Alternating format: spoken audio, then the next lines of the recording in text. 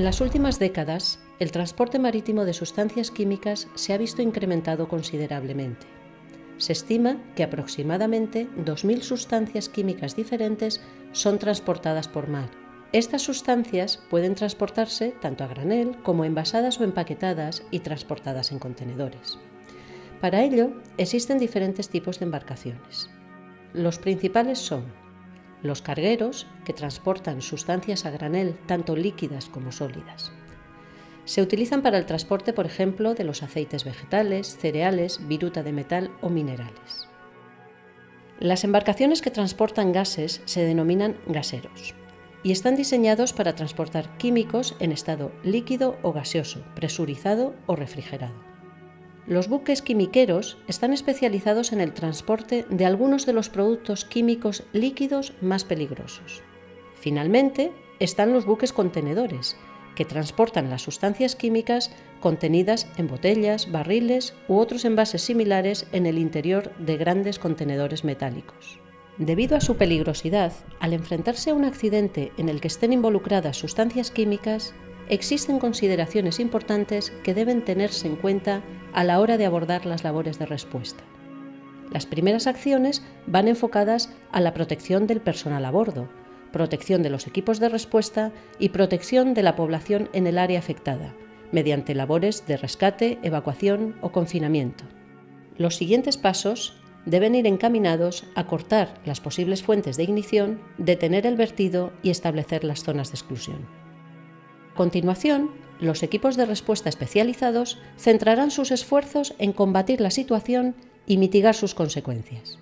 Para ello, primeramente deberán de identificar la sustancia o sustancias presentes utilizando la información del documento de embarque o las etiquetas de los envases.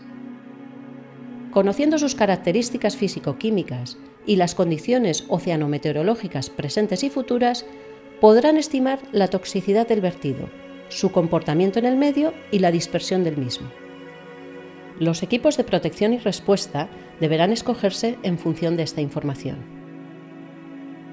Dependiendo del comportamiento de la sustancia vertida, existen distintos protocolos de actuación, pero en todos los casos, en paralelo a dicha respuesta, se debe de realizar una monitorización en continuo de la evolución del vertido.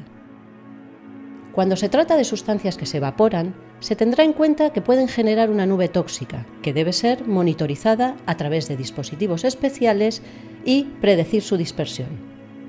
Las labores de los equipos de respuesta serán enfocados a detener la liberación del gas y frenar el avance de la nube tóxica, o incluso su abatimiento o recondensación.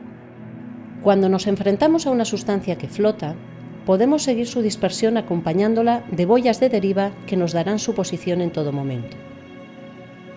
Si la sustancia tiende también a evaporarse, se pueden emplear espumógenos que la cubran con el fin de minimizar su paso a la atmósfera y el riesgo de explosión. Para a continuación, confinarla y recogerla utilizando barreras de contención y equipos de recogida similares a los utilizados para el caso de los vertidos de hidrocarburos.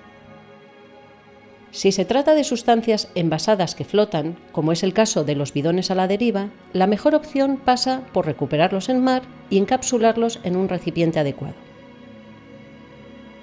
Cuando las sustancias presentan una mayor densidad que el agua de mar y se hunden, son necesarios equipos especialmente diseñados para actividades subacuáticas, como los trajes de protección NRBQ subacuáticos, los ecosondas o los dispositivos submarinos como los vehículos operados a distancia. Las sustancias que se disuelven son complicadas de enfrentar, siendo limitadas las acciones de intervención. Una excepción se da cuando el vertido se disuelve en aguas muy confinadas, en las que el uso de agentes neutralizantes podría ser posible.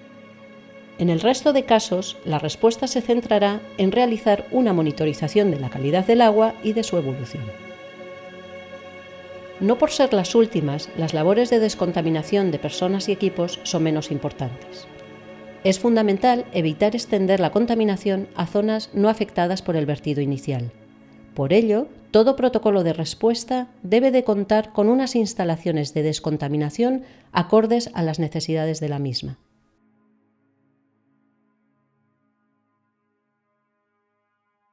La planificación y respuesta a incidentes en los que aparecen sustancias químicas es difícil de generalizar y debe adecuarse siempre a la especificidad del incidente, teniendo en cuenta no solo las características de cada una de las sustancias, sino la posible interacción tanto entre ellas como con el medio ambiente marino.